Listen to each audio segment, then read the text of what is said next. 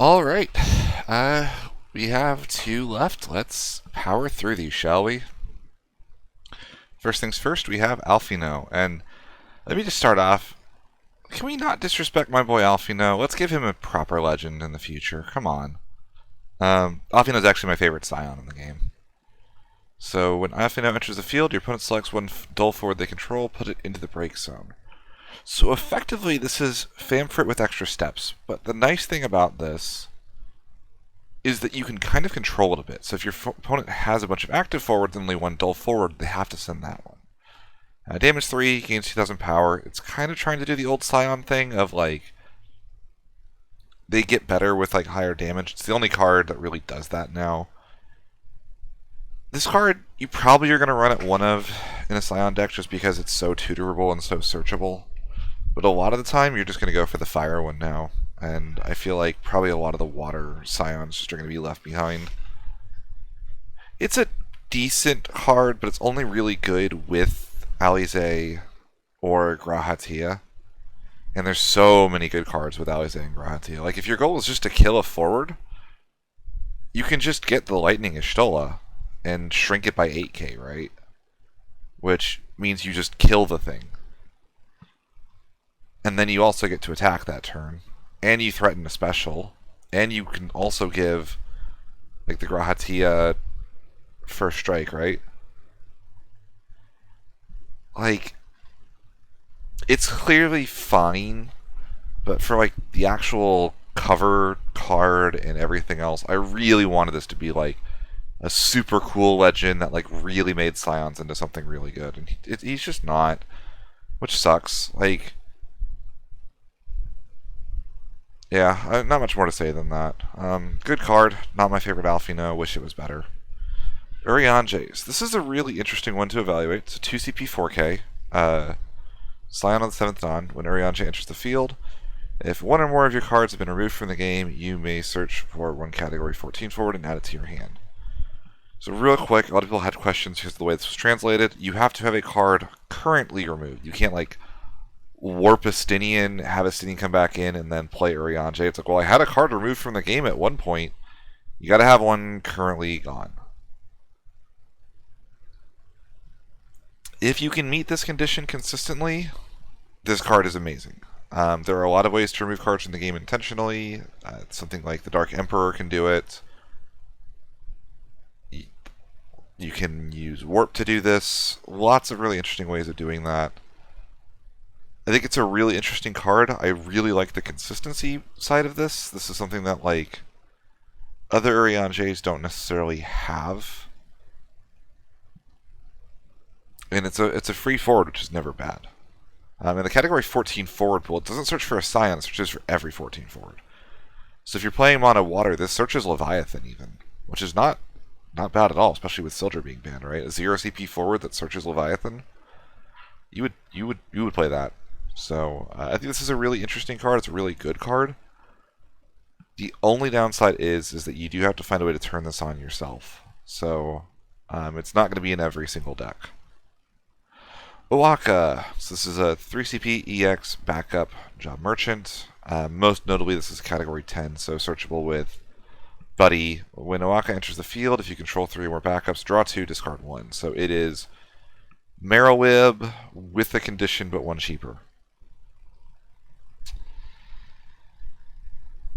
This card is okay. So, a couple big downsides. The EX is only going to work if you have 3 or more backups. You can get away with Oaka being your 3rd backup if you're casting him, which is nice. So you can go like Sarah into Princess Sarah into Oaka and feel pretty decent about it. It's not that hard to get to 3 backups. But I feel like most of the time you're going to want to play just Marrowweb instead if you're looking for this effect. But like Marrowweb has the name clash. Like, I kind of go back and forth. I think this card is better than people are evaluating it at. But I also think this set has maybe the best backup in the game. And Oaka is not displacing that card. So I think this probably is just going to be left to the wayside because it's a little slow in the wrong matchup. Cecil. So this is a Paladin Cecil. They wanted to give us a new Cecil pair with the Dark Knight. So 4 CP, 8k, category 4. When Cecil or a Category 4 character enters your field, gain a crystal. This will only trigger once per turn. I've seen a lot of comparisons to Bart's for this effect. Unlike Bart's, this is a once per turn, but it's a little bit easier to play, which is nice, and the on-field effect is a lot better. So you can pay a crystal to choose a Category 4 forward you control. It gains 1,000 power and cannot be chosen by your opponent's abilities. So the really nice thing about this is you can tag into this with the Dark Knight Cecil. So say your opponent plays a Thunder Drake and you have Cecil and Iridia. You can tag out the Dark Knight Cecil into this Cecil, gain a crystal, and then immediately spend that crystal to make the Iridia untargetable. Iridia gains the 2 counters and now is no longer chosen by that ability. That's really good, obviously. Is it as good as just generic protection and play a forward? Probably not. Is it worth playing as a one-of? Absolutely. Also as a special, Luminous Blast. Choose a forward, loses 5,000 power until the end of the turn. It's fine.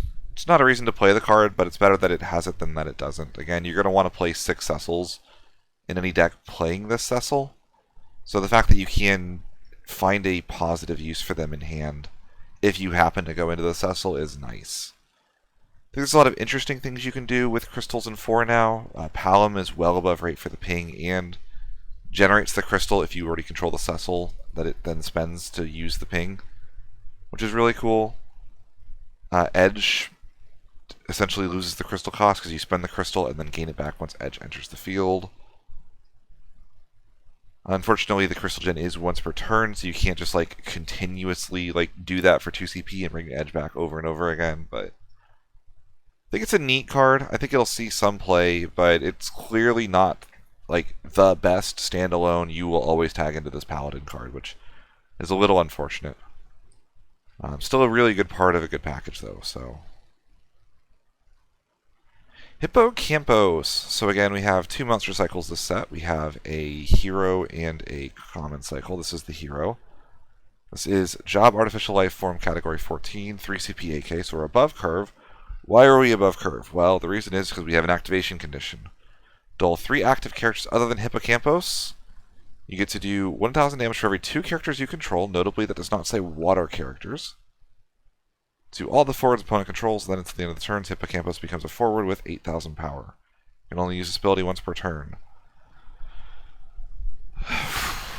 So this is a weird one. Like, clearly this is the old Opus, whatever, Cognazo effect, right? Every 2 characters you control do something, do 1,000 damage. Cognazo was lower their power. The problem is, even in Mono Water, where you're really spamming these like 0 CP monsters to the field, are we really going to get to 10, 12, 14 characters to turn this into a board wipe super often? I don't know. And if you were not doing that, then what are we getting out of the damage we're dealing? Or are we trading up? Are we looking to round up some damage? Are we pairing this with some of the lightning effects that want opponents' forwards to be damaged? You know, something like an Ewin or the Assassin or Sakura. Like, that's really the question. If you're playing this with a bunch of cheat monsters, something like, for example, Dragon Zombie is very underrated as a card. It's just draw one card on entry, so it's a 0 CP monster. That is a character you can dull for Hippocampos, right? But how many of those are we really willing to play, and at what point is this actually good enough? It's probably worth testing, just to see if there's like some hidden text on this that makes it better than it appears. But for now, I'm going to lean in the camp where this is only okay, and because it's only okay, it's going to get crowded out by the other better water monsters.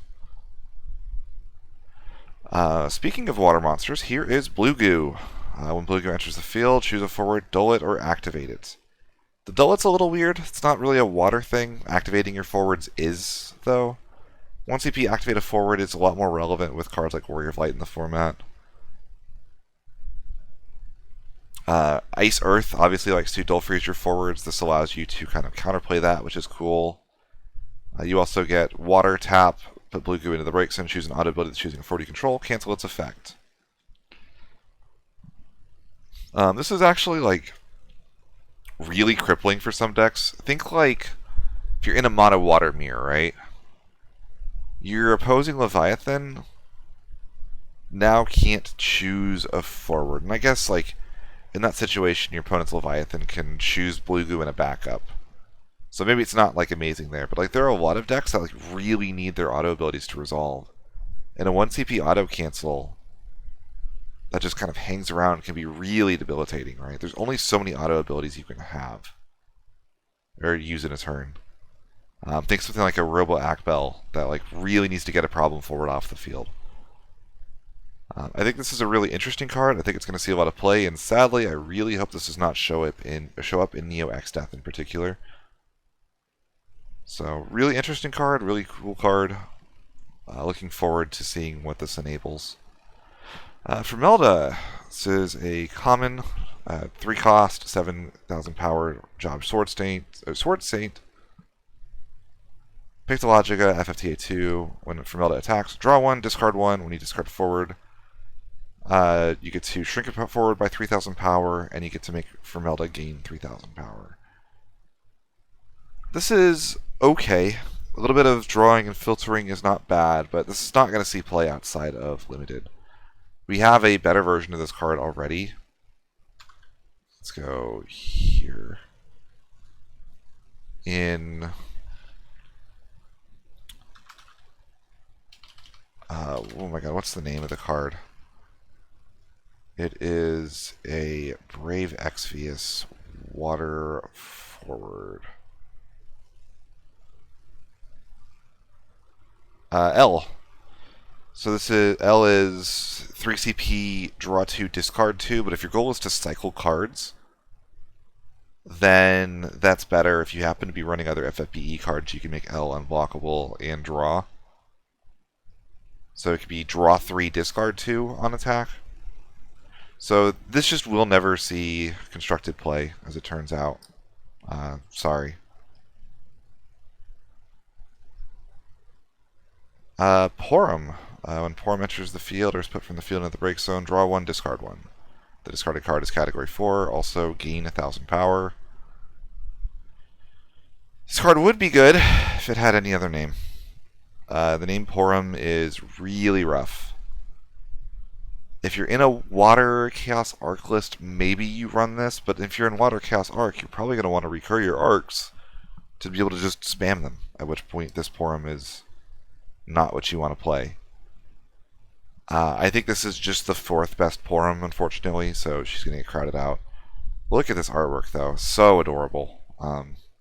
Very happy this was printed, even if the card is not really going to see any... I don't think this is good enough. The Fiend. So this is our first Water Legend, and it's a really big head scratcher. I don't know what to think of this. So 4 CP, 8K, Mobius 6, no entry effects. So it's a black belt. What are we doing to make our black belt a legend? During each turn, when your opponent casts a summon for the first time in that turn, cancel its effect. Holy crap. This is a one-sided General Leo. I'm a little sad this didn't show up previously when we still had Sildra in the format. It would have been really funny to see mono water mirrors where whoever draws Sildra searches this and then turns off Sildra for the opponent. Especially because like of how much of mono water's removal was summon based. Damage 3, when it's chosen by an ability for the first time, you cancel that effect. So no Porum canceling me.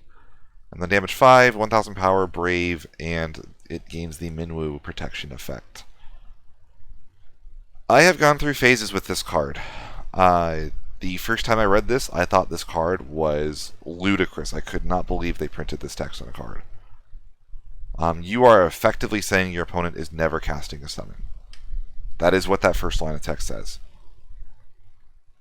But not every deck plays summons.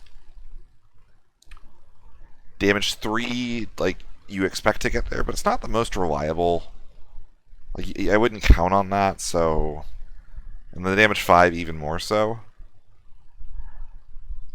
I think this card's mileage is going to depend on how much Rydia we end up seeing, because it's a very good answer to Earth, Water, Rydia. Rydia almost would have to run a Glaciella package at that point, which Rydia does not want to run Glaciella. It does not want to play that card. But it might have to, right? Like, even Porum doesn't gain the ability to turn it off on damage 3. I guess you could go like Porum to turn it off, and then like Ceramobius to force a fight, but then you still need an 8k forward on field to fight the Fiend with. Like, you start seeing the issues very quickly with this card for Rydia. However, if your opponent's on 13, what does this card actually do? Not a lot. It's sticky, it's a 9k, but the traditional 13 field is first attack is a 9k forward, second attack is a 9k forward, third attack is a 10k. The Fiend does not live that. So, I think the biggest other thing is this is category 6. There was some experimentation with category 6 as a tricolor deck where you would play the new Strago, you would play an older Realm, you would play the new Gao, and you would just not have a water backup. You would just have to have a water card in hand to play them. This would fit in that mold, and also now thanks to the new lock, the deck is no longer required to play 20 water characters. You can play 50 category 6 characters. So you can play a water backup now, like the Water Moogle, for instance, or Water Fire Moogle. You can play the other really good card in this set. I think would go really nuts in that deck. So I think this card is good. I think it will see some play and some experimentation. I don't know if it is the next best thing, though. I think that remains to be seen. Mist. Mist is Warp for 0. 2 CP, 2000 power, FFL. None of those are super relevant. When Mist enters the field, draw a card. It is just blue worm with 2000 power and no ability to blink out, which is nice. But the other reason we're considering this card is the other ability, which is that when a warp counter is removed from Mist, you get to look at the top card of your deck. You may put it into the break zone. So I believe the magic keyword for this is Surveil 1. So the first time I read this, I really liked it. I thought that, sure, you're going down 2 CP, but it will she refunds herself. Like, for 4 turns you play down 2 CP, but then she does come back. And the ability to kind of say, I don't want my backup now, I don't want that forward now, all is really good. However, the timing on this actually really sucks in practice. I was noticing this in pre-release, because I thought in pre-release you would just throw any number of copies you have of this into whatever decks you're playing, because probably the difference between your best cards and your worst cards in Limited is so high that being able to, for 0 CP, say, that's not a good card, that's not a good card, that's not a good card, would be worth the playing down a card. And I just found that it wasn't. Like, it just didn't feel impactful enough. There's an awkwardness where if the card on top is a card you want, you have to like protect it, because if your opponent attacks you, it goes to damage. Like, there's nice things to that, because like if you have an EX burst, you can just let them attack you, gain the EX burst effect, but it just ended up really not lining up very well. I was very surprised when I found out that. So obviously, it makes a decent Vayne partner as well. I don't know if there's room for this in Archfiends. There's maybe a version of like a Golbez Warp deck that doesn't play all the Category 4 stuff and goes more in on Warp. Plays the third Vayne and a bunch of other cards. And in that situation, this Mist would be really good. So, we will see on that one. But, in general, I was less impressed with this card, actually having been able to play it, than I was when I first read her. Meliaduel, 3 CP 7k FFT. When Meliaduel enters the field, choose a forward opponent controls. As long as Meliaduel is on the field, it loses all abilities. So you get to permanently Cucullin or Porum your opponent's forward. I will be honest with you, this is not very good. Because we're tied to a forward, like, what are we really getting out of this, right? It says 3 CP 7K. There's no protection on it. Like, sure, maybe there will be times where this comes down, chooses Iridia, and you just kind of win the game because they can't remove this quickly enough. There's also going to be plenty of times where you do this and your opponent just like says, okay, cool. Anyways, Meliadul is dead and you just spent 3 CP that did literally nothing. So, I'm not a fan of this card. I don't think it's particularly good. If it was maybe a 2 CP backup, I would say it's interesting, but not as a 3 CP 7K forward. Absolutely not. So here's the other legend, which is Yuna. So this is a card that has a lot of very powerful text on it. So let's go through all of the text on this card. It's a 5 CP 8K, which is the worst power cost ratio you can have for this. Because it means that you're still going to die to Amaterasu. And Amaterasu is just going to be the bane of this card's existence, by the way. 5 CP 8K that when you cast it does nothing.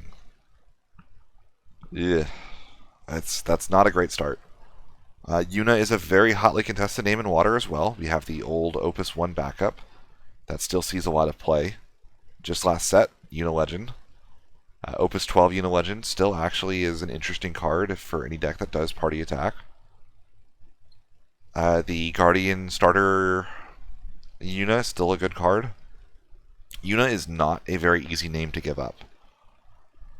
So why are we doing that for this very poorly costed card stat-wise? When you cast a summon, draw a card once per turn. I'm going to be honest, I don't really like this.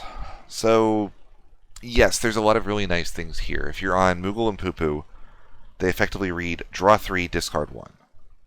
That's really good, right? Like, we're going to be able to recoup the value on Yuna.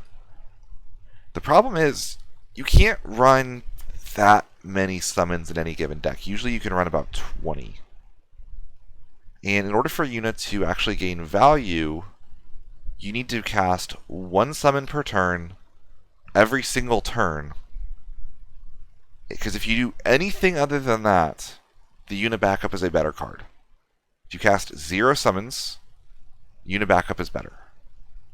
If you cast 2 summons in a turn, Yuna backup does the same thing Yuna forward does. It doesn't draw you a card, but it saves you 2 CP, which is the equivalent of drawing a card, right? So, how consistently can we chain off casting a summon every single turn for the entire game? I'm going to be honest, I don't think that that's worth it. So, okay. Obviously, it's really bad that can also be Amaterasu, so you could have spent a lot for a big, expensive, fancy summon, only to have that, with the expectation of recouping 2 CP, and then it gets Amaterasu and she dies. But, well, she's got another effect, right? When Yuna's chosen by ability, discard a summon. When you do, cancel its effects. So we have some protection. It's expensive protection. We don't really want to discard a summon to do that, but, like, if the difference is between Yuna dying or discarding a summon, you're going to discard that summon. I don't care what it is. I mean, but the problem then, so, okay, let's now say that we're doing that. Our opponent goes to the start of their turn, and we're going to Porum blank Yuna. And they don't want Yuna to be blanked, so they cancel that effect. Maybe you just cast the summon at that point. But, like, you start seeing the problem. We're already really struggling to maintain card advantage relative to the Yuna backup by using this the auto ability, the draw 1 card. Now, to keep this card as protected as a 2 CP backup, we're giving away that same card advantage we're working so hard to try to build. Again, for this card to be better than the Yuna backup, you must cast a summon every single turn, yours and your opponent's. Right?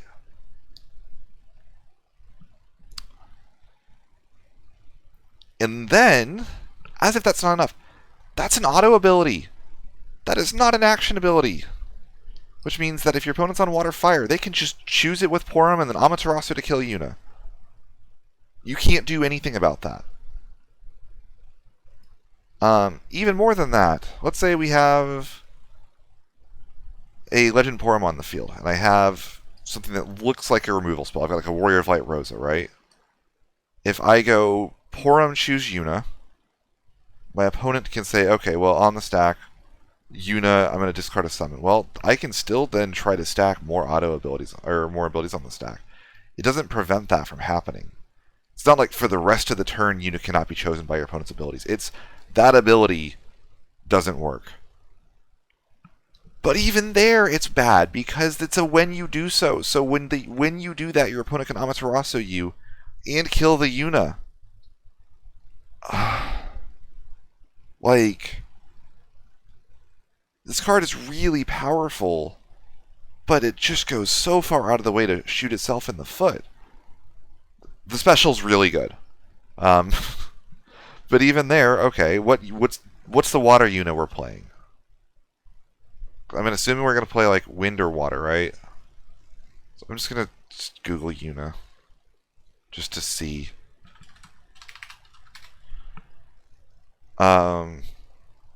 This is good.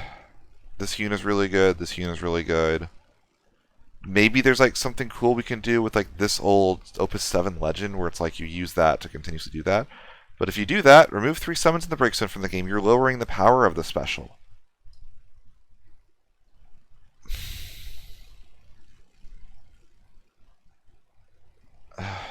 And we're not running the backup for that effect, right?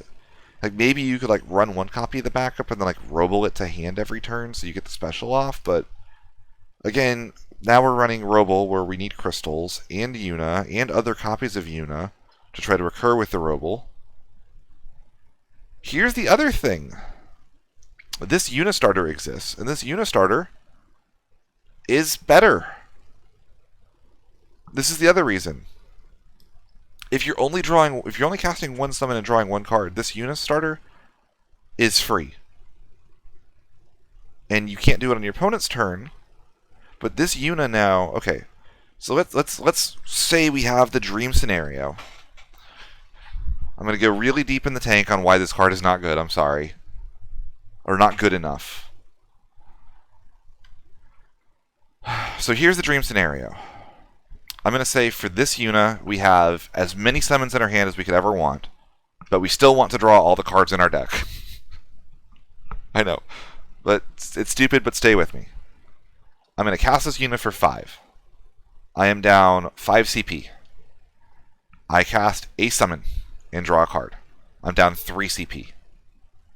Okay. I go back to my turn. Or I go to my opponent's turn. I cast a summon. I am down 1 CP. A Yuna is a 1 CP 8K. Alright.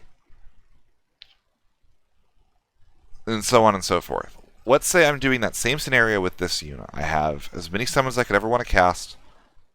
How am I doing on card advantage? When I play the Yuna, I'm down 2 CP. When I cast a summon, I can dull the Yuna. Okay, there's a small cost to that, but we'll roll with it. When I do, I draw, or if I do, draw 1 card. So now I'm at a 0 CP forward. This Yuna, if my goal was to save CP and draw through my deck, this Yuna did it better for the first turn cycle, casting a summon on both players' turns, which is extremely difficult to do. This is not free, mind you. It is so hard to run a deck with 25 summons in it and win the card game. Okay, so we're going to keep going. So this Yuna's at 0 CP gain. The other Yuna's at -1. So we're going to go back through our turn. I'm going to cast a summon. I'm going to draw a card. I'm at 1 CP positive with this one. Well, if I live to my turn, I cast another summon. I'm 2 CP positive. I'm ahead. And you start seeing you have to go all the way 4 turns. 4 turns you have to cast a summon before this Yuna outpaces this one. 4 turns. How the hell are you keeping a 5 CP 8K on field for 4 turns, casting a summon every single turn? Oh, well, you have the ability to discard a summon. Sure. But that's eating into that card advantage. That card advantage that you just did, now you just went down a card. You discarded one of the cards you drew. they just set you back a turn. I do not think this card is very good. I think it will win games. I think it's powerful enough to win games. I think it's interesting. I think it's really cool. But I think it's overtuned. I honestly think they could have removed the only once per turn effect. They really wanted this to be a legend card. Make her a 9K so she doesn't die to Amaterasu on anything on the card. This card has 3 auto abilities. Amaterasu eats this thing for breakfast, lunch, and dinner. What are they thinking? Like, the more I play with this card, the worse it gets. Okay, let's evaluate with the starter with the Una backup. Una backup, 2 CP. We're down 2 CP. I'm going to say we're doing the exact same thing as with this unit. We're casting exactly 1 summon per turn. 2 CP, my turn. -2. I cast 1 summon. I'm up 1 CP. Goes to their turn. I'm up 1 CP. It's back to my turn. I'm up 1 CP. Guess what? I am at the exact same spot after 3 turns with this Una. If I ever cast a second summon on one of these turns, I'm accelerating that and speeding things up. The only advantage there is that this unit doesn't play nicely with 1 CP summons, and this one does. But at some point, like, you have to wonder, why am I doing this? And this unit doesn't answer that question for me. There's my rant on Una. I talked about this for way too long. Here's our hero summon in water. Unfortunately, it's not what I wanted. I wanted a pot of greed. Did not get pot of greed, but let's see what we got instead. So, 2 CP, category 6, which is relevant. If you cast this with the other lock on field, you will get to trigger lock. You cannot get this off of the lock, so be careful with that interaction, by the way. Choose one of the following 2. If you control a category 6 forward, choose 2 of 2. Choose a forward, activate it, draw 1 card. Choose a forward of cost 4 or less when it controls, return to its opponent chain. I don't understand. This is either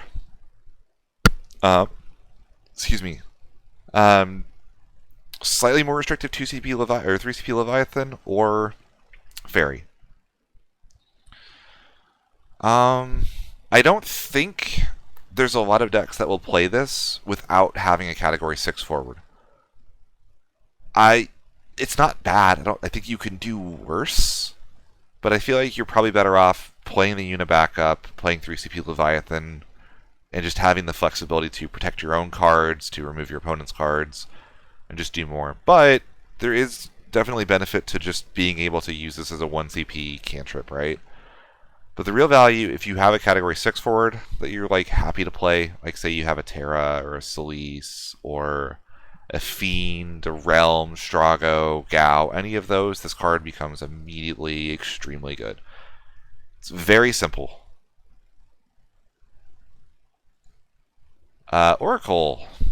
Again, I do not like these backups. I'm very not happy that these were reprinted. Fisher. This is a category 14 backup. Tap, put Fisher into the break zone. Draw 1 card for every 10 water cards in your break zone. I mean, it's objectively fine. If you crack it to draw a card, that's not the worst. But I think, curious. We're going to look at water. Backup, 2 CP, search. I want to see how many of these can just draw you a card by sacking them.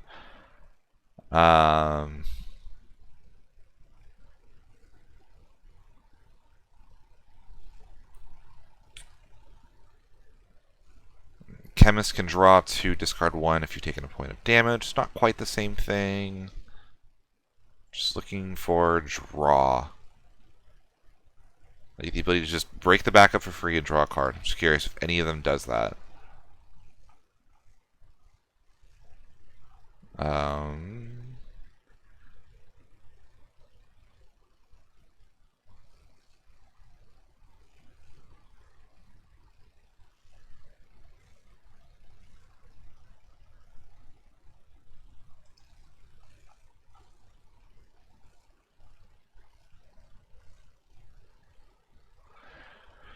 Pay 1 to draw.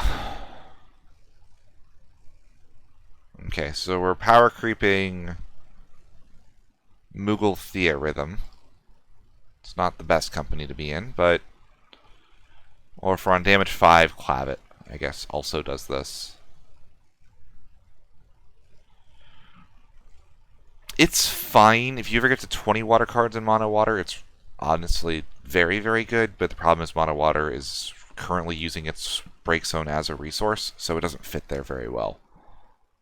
Or for that mode, unless like Lena ever gets banned. So I think it's okay. You can definitely do a lot worse.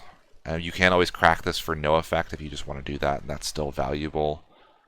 And drawing a card shouldn't be too hard to do. The biggest thing is this is just going to be completely overruled by a card in a little bit here. Lunafreya, Warp 3 for 1, 4 CP, 5k, DFF, 15, Oracle.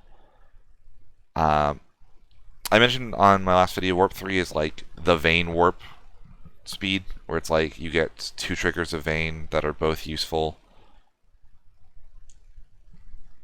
If you go Warp, play Vayne. When Lunafreya enters the field, your opponent selects a forward they control, put it into the break zone. If you enter the field due to Warp, you get to choose a forward opponent controls, return it to its owner's hand. She is really obnoxious and limited, but I don't see her having a future in Constructed. I think it's just a little too low impact. And honestly, you might even just run the other Lunafreya and just draw 3 instead, if you're trying to like use Vayne to turbo through the deck while doing something useful. So I don't see her seeing much play, but she's a draft common. Leslie, this is my spoiler. I've got a whole video on this card. 1 CP, Lackey, 7, 3k. Discard a card. If you do so, bounce a forward. If the discarded card is category 7, draw 1. Even if you don't discard a category 7 card, Leslie is actually above rate for this on a forward. There are no forwards for 3 that bounce 1 forward to the hand. If you get the category 7 discard as well, obviously this card is very, very good.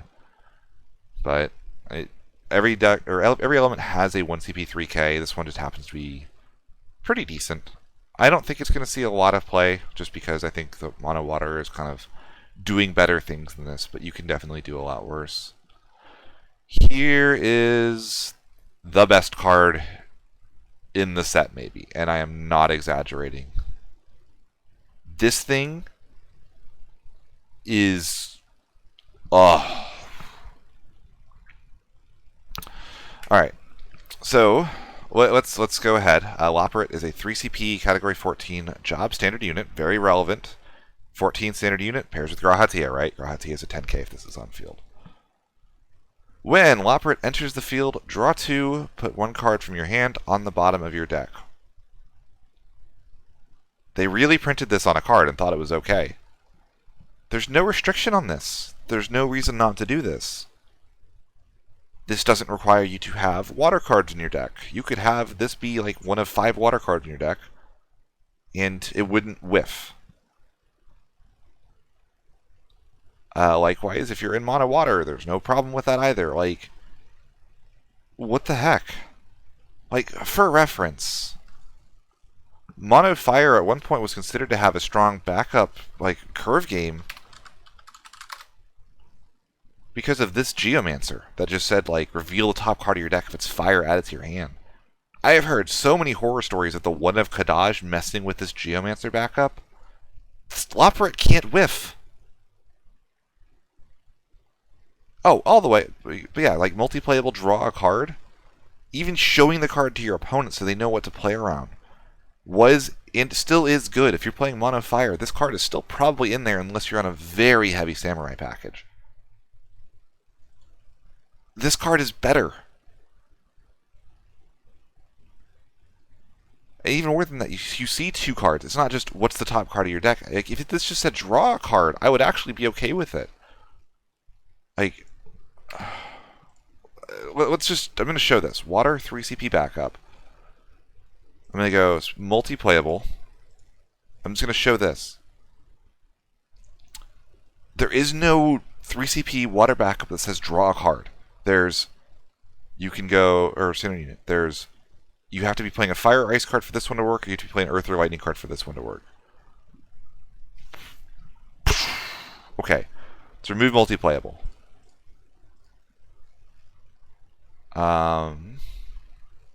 This sort of says draw a card. That does not say draw a card. These are like your 3 CP searchers, but again, not multiplayable, and they're specific. Verena, again, sort of,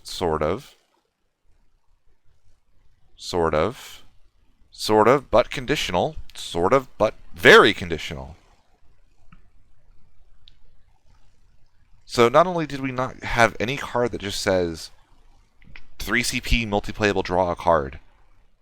There's almost nothing that does that.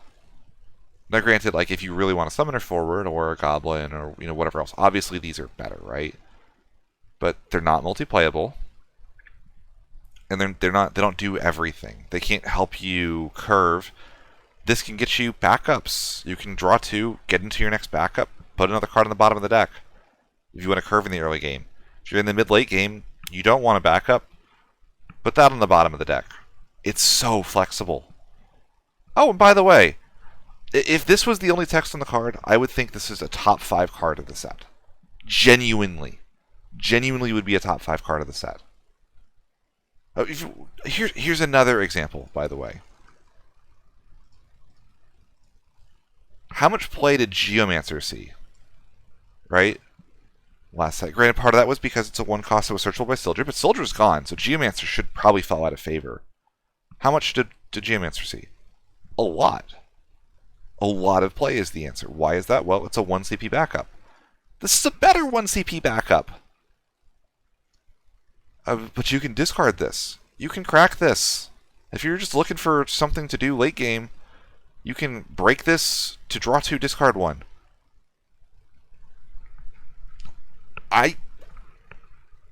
This is so much better than any other standard unit backup in the game. I genuinely don't wonder what their design team is thinking. Okay, we're gonna just go. There's no standard unit backup that's better than this, right?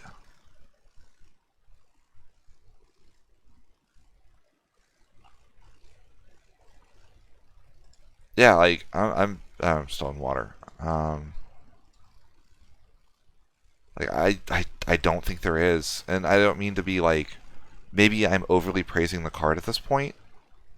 I think it's that good. I have been goldfishing with this card in a deck with 11 backups and very consistently curving to 5 on turn 3, turn 4, in the same way that I was with Sildra. They literally just printed Sildra 2, but they made it a backup instead of a forward. I cannot sing the praises of this card enough. If you're in water, you should consider having 3 of this card in your deck.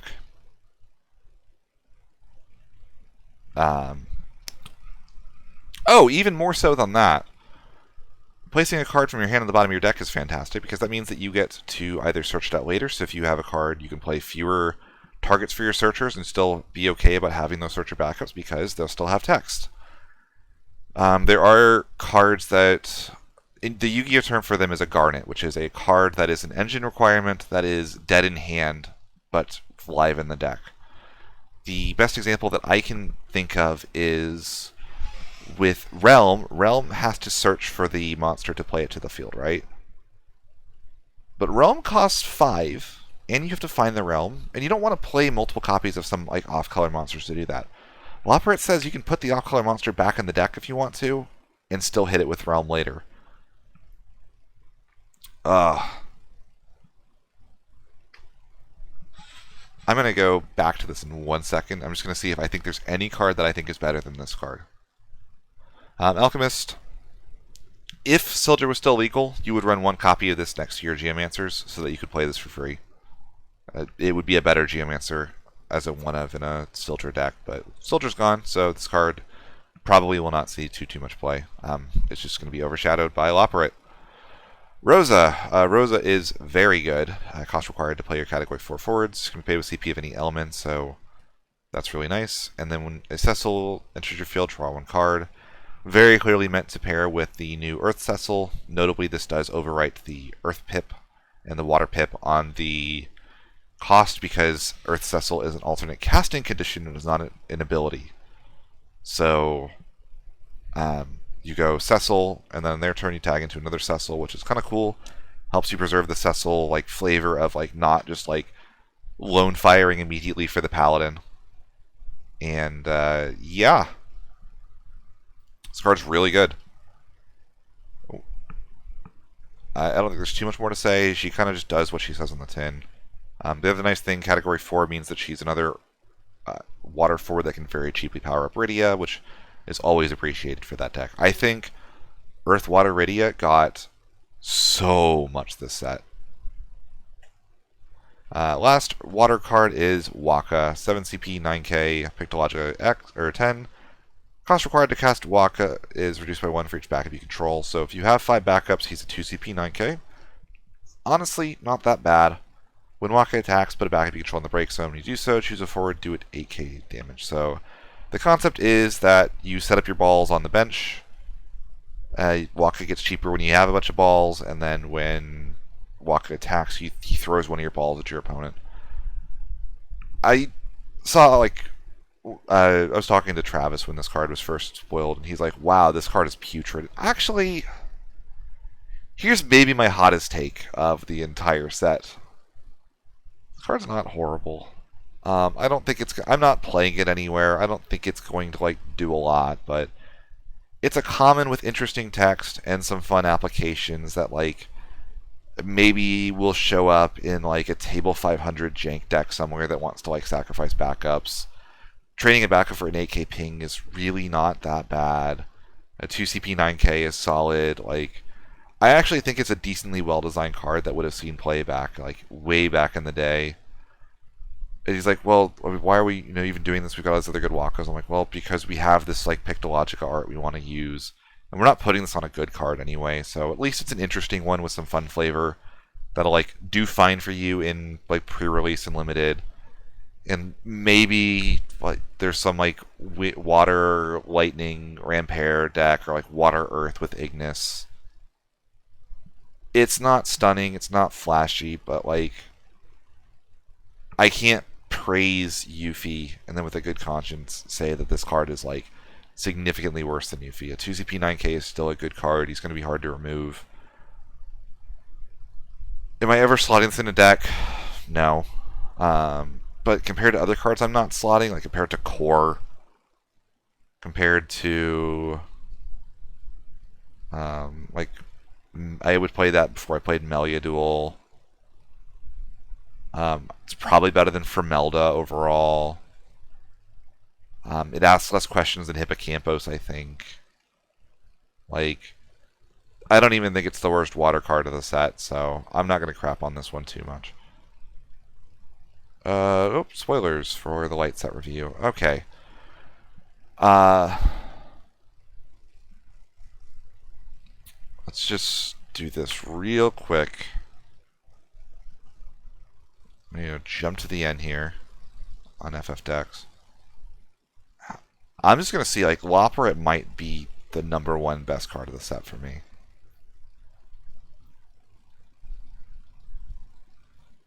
Unfortunately, FF decks still can't sort by Opus 20. Okay, I'm just going to see if there's anything that, like, pops out of me. Demon. Demon's probably better.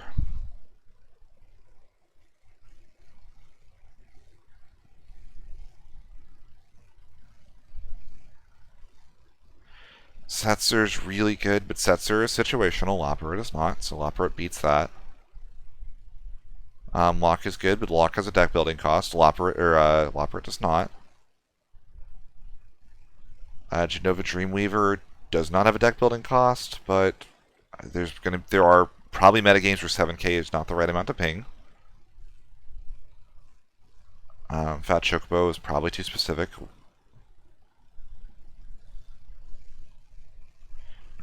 Earth Cecil is maybe the only contender in Earth. Miner's solid. But Miner's like... Here's another example, by the way. So Miner, we talk about being good.